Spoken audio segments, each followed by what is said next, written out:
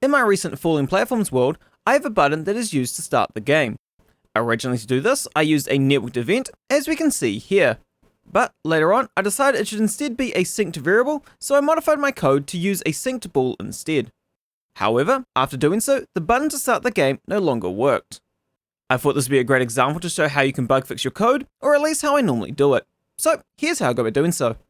Now, to make matters a little more confusing, unlike this recreation here, I had also made some changes to this part of the code, so I wasn't entirely sure that switching out the networked event was to blame.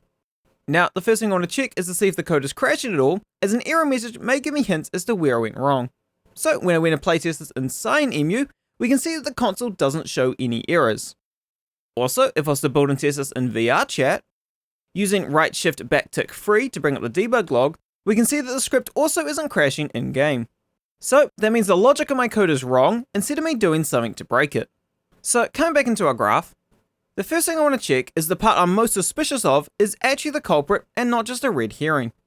To do so, I'm going to go right click create node, the shortcut for this is spacebar, and go debug log. This node, when called, will send a debug message in the console. I just want to go create node string const and plug that into the debug log node.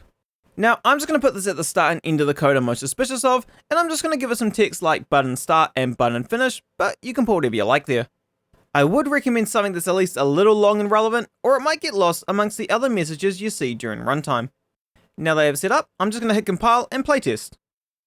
Now that I'm in the world, we can see that when I click the button, the first message plays, but not the second. This means it never got to the second debug node, so the coding error is somewhere in between the two.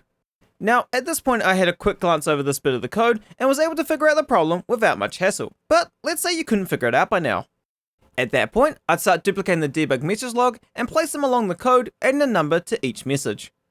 Now, if we hit compile and playtest it again, we can see that when I hit the button, a bunch of error messages play.